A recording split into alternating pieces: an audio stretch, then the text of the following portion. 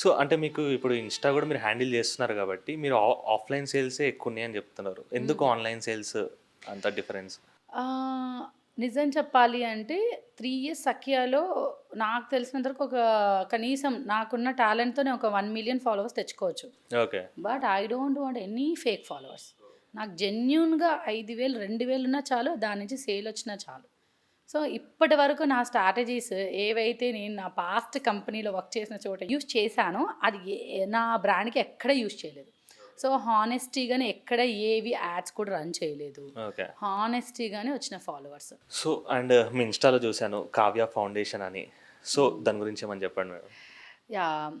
అంటే Kavya Reddy foundation start చేయకోకుండా ముందే నేను మామూలుగానే కొంచెం సేవలు చేసేదాన్ననమాట ఎక్కువ. సో, ఫౌండేషన్ స్టార్ట్ చేయకోకుండా ముందే నాకు గద్దర్ కూతురు డాక్టర్ వెన్నెల గారి దగ్గర నుంచి నాకు అవార్డ్ అవార్డ్ వచ్చింది. తీసుకున్నారు. ఓకే. తీసుకున్నాను.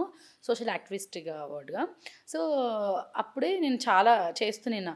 సో, ఇప్పుడు చాలామంది అన్నారు, "మీరు మనీ అన్నా" నేనేం చేస్తానంటే ఒక ఫౌండేషన్‌కి ఏదైనా మనీ అన్నా ఇచ్చి ఫుడ్ పెట్టిస్తాను. లేదు అంటే నేను పర్సనల్‌గా వెళ్ళి ఆ ఫౌండేషన్ తరపు నుంచి ఫుడ్ గానీ, ఏదో ఒకటి వాళ్ళకి బట్టలు గానివ్వండి, ఏదో ఒకటి చేసేదాన్ని. సో, చాలామంది ఏమన్నారంటే, "ఎవరో ఫౌండేషన్‌లో చేసే కంటే మీరే ఒక ఫౌండేషన్ స్టార్ట్ చేయొచ్చు కదా!" అని అన్నారు ఇద్దరు, ముగ్గురు. ఓకే. సో, ఆఫ్టర్ దట్ నేను అనుకున్నాను, నా సొంతంగా నేను చేస్తున్నా కాబట్టి ఓకే. నా పేరే పెట్టుకొని నేనే ఎందుకు చేయకూడదని స్టార్ట్ చేశాను. ఈవెన్ మీరు నమ్ముతారో నమ్మరో ఇప్పటి వరకు చేసిన నా సేవా కార్యక్రమాలలో నాట్ ఎ సింగిల్ రూపీ నేను ఎవ్వరి దగ్గర నుంచి తీసుకోలే. It's my own money. Government స్కూల్‌లో మొన్న 200 పీపుల్‌కి ఫుడ్ పెట్టాను. హ్మ్. మెంటల్లీ హ్యాండిక్యాప్ వాళ్ళకి భోజనాలు పెట్టాను. అట్లా ఒక్కొక్క చోట ఒక గుడి దగ్గర పెట్టాను ఒక చోట. ఓకే. సో, అలా ఫౌండేషన్ తరపు ఫౌండేషన్ నుంచి తరపు నుంచి. పెడతాను. ఓకే. లైక్ మీ మెయిన్ అజెండా ఏంటి మేడం? లైక్ ఈ ఫౌండేషన్ స్టార్ట్ జేయడానికి అంటే మీకెక్కడ ఇన్‌స్పైర్ అయ్యారు? అంటే ఎజెండా అయితే ఏం లేదు. నేను అనుకున్నా నేను సంపాదించిందంతా నేను పోతున్నప్పుడు తీసుకొని ఎళ్ళలేను గదా! సో, నాకేంటంటే ఇప్పుడు కొంచెం ఏదో ఒకటి చెయ్యాలి. ఆడపిల్లలకి గానీ, చదువుకోవాలనుకున్న వాళ్ళకి గానీ, అట్‌లీస్ట్ నా సైడ్ నుంచి ఒక చిన్న సహాయం చాలు. నేను అంత కోట్లలో కోట్లు ఇచ్చే స్టేజ్‌లో గూడా లేను. జస్ట్ ఒక స్మాల్ హెల్ప్ చేయాలనుకుంటున్నాను అంతే. నా సైడ్ నుంచి నేను సంపాదించినంత నా ఓన్ సంపాదనలో చిన్న చిన్న హెల్ప్ అంతేగాని దీన్ని అడ్డం పెట్టుకొని పెద్ద పెద్దగా అయిపోవాలి అని అసలు ఆ థాట్స్ కూడా లేవు. అసలు ఏమీ లేదు. అంటే మీరు ఇది స్టార్ట్ జేసిన తర్వాత లైక్ యాక్టివిస్ట్ స్టార్ట్ జేసిన తర్వాత పీపుల్‌లో గానీ, హ్మ్. పర్సనల్‌గా గానీ మీరేమైనా చేంజెస్ జూసారా? అంటే జస్ట్ ఇన్‌స్టా నుంచి చాలామంది మెసేజెస్ చేస్తుంటారు. కామెంట్ చేస్తున్నారు. "మీరు గ్రేట్ అండి. ఓకే. సో, మీరు" సో, ఇంకొంతమంది ఎవరో పొలిటికల్ వాళ్ళు కూడా కామెంట్ చేస్తున్నారు. ఒక 10, 20 లైన్స్ రాసారు. అది నేను చెప్పలేను. ఐ మీన్ చాలా ఉంది. మీరు చాలా గ్రేట్. అంత ఈజీ కాదు ఇవి చేయడం. జడ్జ్ చేసేవాళ్ళు చాలామంది ఈజీగా జడ్జ్ చేస్తారు. సో, నేనేంటంటే ఇప్పుడు నేను మీడియా ముందుకొచ్చాను. కానీ ముందు కూడా చేసేదాన్ని. ఓకే. ముందు కూడా చేసేదాన్ని. ఏమంటే ఇప్పుడొచ్చా మీడియా ముందుకి. అంతేగా తప్ప నేనేదో మీడియా కోసం చేయాలని లేదు. ఓకే. అదే సో, చాలా కామెంట్స్ వచ్చాయి. చాలామంది వాళ్ళ పార్టీలో జాయిన్ అవ్వమని చెప్పి కూడా సోషల్ మీడియాలో అడిగారు. పర్సనల్ మెసేజెస్ చేశారు. అంటే యాక్టివిటీస్ చేస్తున్నారు గదా! కొంచెం మంది. ఐ సెడ్ దట్ నేను అన్నిటికి దూరమండి. నా పనేదో నేను జేసుకుంటాను. నాకు ఏ పార్టీలో జాయిన్ అవ్వాలని లేదని చెప్పి. అంటే ఇప్పుడు మీరు స్టార్ట్ జేసిన తర్వాత మీ ఫ్రెండ్స్‌లో, సర్కిల్స్‌లో గానీ ఎవరన్నా మిమ్మల్ని జూసి స్టార్ట్ జేసిన వాళ్ళున్నారా? అంటే హెల్పింగ్ ఇద్దరు, ముగ్గురు ఫ్రెండ్స్ ఏమన్నారు అంటే, "మేము కూడా సర్వ్ చేస్తాము మీతో పాటి" అంటే, "మీరు మనీ ఏమి ఇవ్వద్దు. కావాలంటే వచ్చి సర్వ్ చేయండి." ఫుడ్ కూడా ఎలా అంటే, ఇప్పుడు కొన్ని ఆశ్రమాల్లో కానీ, కొన్ని స్కూల్స్‌లలో ఫుడ్ నాట్ అలౌడ్.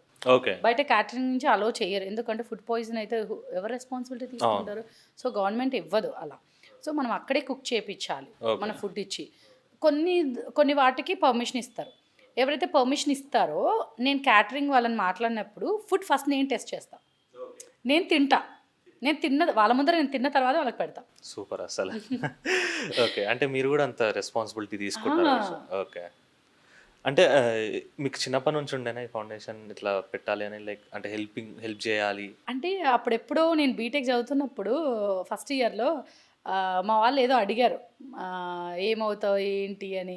ఒక క్లాస్‌లో మా లెక్చరర్ ఐ డోంట్ నో ఆయన నేమ్ ఏదో అడిగారు. ఒక్కొక్కరిని స్టేజ్ పైకి పిలిచి అడుగుతుంటే నేనొకటి చెప్పాను. ఏమనంటే నాకు ఎవరైతే పేరెంట్స్ ఉండకుండా పిల్లలుంటారో బాగా చదువుకుంటూ సఫర్ అవుతున్న వాళ్ళు పేరెంట్స్‌కి కూతురు, కొడుకు లేకోకుండా వదిలేసిన వాళ్ళు ఎవరైతే సఫర్ అవుతుంటారో వాళ్ళందరిని తెచ్చి ఒక ఫ్యామిలీలాగా పెట్టాలనుకుంటున్నా. ఒక చిన్న హౌస్‌లాగా పెట్టి వాళ్ళని ఒక చోట ఆశ్రమంలాగా అంటే ఎక్కువ మందిని కూడా నేను హైర్ చేసుకోవాలనుకోవట్లేదు. 10 are 20 people. అలా నేను చేయాలనుకుంటున్నాను అని చెప్పా. అందరూ నవ్వారు. Literally I felt very bad. He అని ఎవ్రీవన్ లాఫ్ట్ ఆన్ మీ. నిజంగా నవ్వారు. కానీ ఈరోజు నేను స్టార్ట్ చేసి ఐ థింక్ మెసేజెస్ వస్తున్నాయి. నాకు తెలిసి ఈరోజు నేను స్టార్ట్ చేశా కదా, అది వాళ్ళకి గుర్తుందో లేదో నాకు తెలియదు, కానీ ఆ అవమానం అనేది నేను ఇప్పటికీ గుర్తుపెట్టుకుంటాను. ఓకే, దాన్నే మోటివేషన్ లాగా తీసుకొని స్టార్ట్ చేశారా? అసలు నాకు అది గుర్తు కూడా లేదు. ఇప్పుడు మీరు అడిగినప్పుడు నాకు గుర్తొచ్చింది. మేబీ ఇప్పుడు నా ఇంటర్వ్యూ చూస్తుంటారు కదా నా బీటెక్ ఫ్రెండ్స్ అందరూ, గుర్తొస్తుంది వాళ్ళకి కూడా. అరే మేము నవ్వాం కదా కావ్యాన్ని చూసి అని చెప్పేసి. ఒక్కొక్కరు ఒక్కొక్కలా చెప్పారు, నేను కొంచెం డిఫరెంట్గా చెప్పాను కదా, అందుకే నవ్వారు. సో అంటే మీరు బిజినెస్ చేద్దాం అన్నప్పుడు కూడా అదే రియాక్షన్ వచ్చింది ఫ్రెండ్స్ నుంచి? చేద్దాం అంటే నేను ఎవరి ఫ్రెండ్స్ని సపోర్ట్ అడగలేదు, నేను స్టార్ట్ చేస్తున్నాను కూడా ఎవరికి చెప్పలేదు. సైలెంట్గా స్టార్ట్ చేసేసాను. జస్ట్ నా ఫ్యామిలీలో మాత్రం తెలుసు. ఫస్ట్ అంత ఎంకరేజ్మెంట్ లేదు, పోను పోను ఎవ్రీవన్ ఈజ్ ట్రస్టింగ్ మీ అన్న. ఓకే, యాజ్ ఎ ఎంటర్ప్రైనర్గా మోస్ట్ డిఫికల్ట్ ఛాలెంజింగ్ పార్ట్ ఏంటి?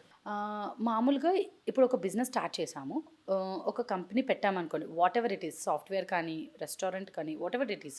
సో ఒక సిస్టమ్ ఫామ్ అవ్వాలి. ఒక సిస్టమ్ ఫామ్ అవ్వకపోతే ఆ బిజినెస్ ఎక్కువ రోజులు నిలబడదు, రైట్? సో ఆ సిస్టమ్ని ఫామ్ చేయాలి అంటే ఫ్యాషన్లో చాలా కష్టం. It's not an easy thing. ఎందుకు అంటే కారిగర్స్ది మెయిన్ ప్రాబ్లం ఉంటుంది. ఓకే, సో వీక్లీ శాలరీస్ ఉంటాయి. ఈరోజు సాటర్డే నువ్వు శాలరీ ఇవ్వకపోతే రేపు రారు.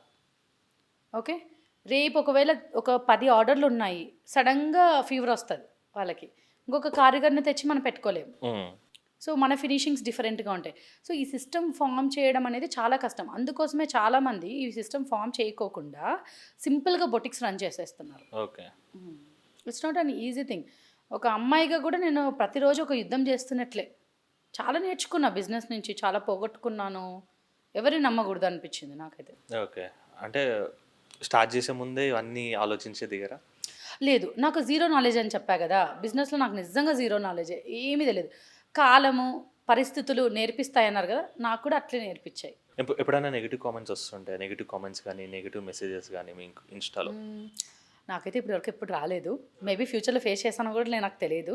ఓకే, ఇప్పుడైతే నెగిటివిటీ అయితే ఎప్పుడు పెట్టుకోలేదు. కానీ మా బ్రాండ్ని కొనాలని చాలామంది వచ్చారు.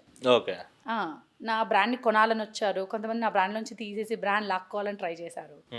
సో స్ట్రాంగ్, చాలా స్ట్రాంగ్ అని నేర్చుకున్నాం. ఓకే.